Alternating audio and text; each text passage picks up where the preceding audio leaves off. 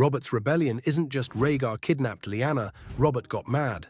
That's the story people repeat, but the truth is way messier. If you really want to know why Westeros went to war, you've got to go back years before Lyanna ever met Rhaegar. So first, picture this. Young Ned Stark and Robert Baratheon. Not at home, but being raised in the Vale by Jon Arryn. Why? Because their families sent them there as wards, basically political hostages, but also a way to make alliances. And it worked. Robert and Ned became like brothers. Totally different personalities. Robert was loud, wild, loved fighting and drinking. Ned was quiet, serious, all about duty.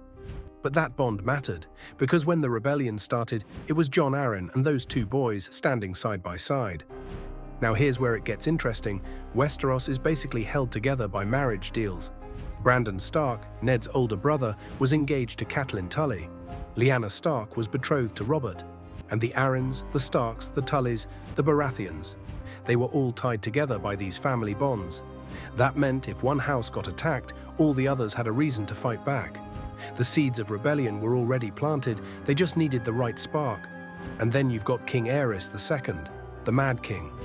At first he wasn't terrible, but by the time Robert and Ned were grown, he'd gone full paranoid tyrant.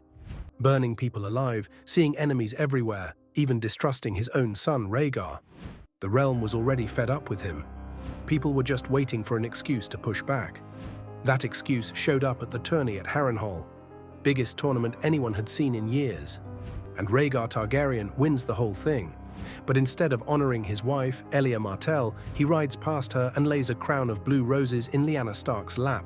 That one move set the whole realm whispering. Did Rhaegar insult the Martells? Was Lyanna already in love with him? Nobody knew, but everyone noticed. Not long after, Lyanna disappears with Rhaegar. Was it abduction? Was it love? Depends who you ask, but to Robert it was unforgivable. To the Starks it was dishonor.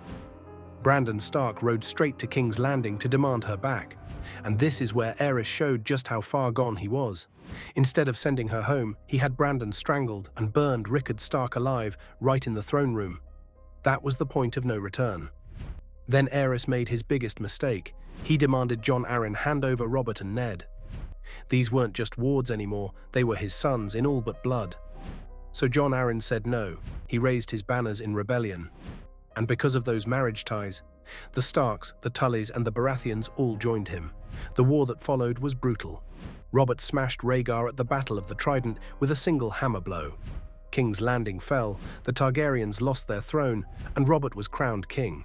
But here's the thing, Robert never got what he actually wanted.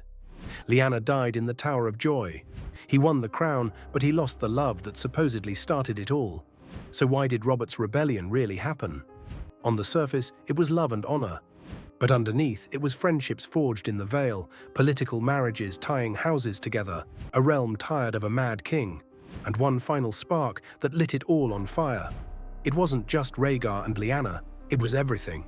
And the rebellion that put Robert on the throne only set the stage for the chaos that came after.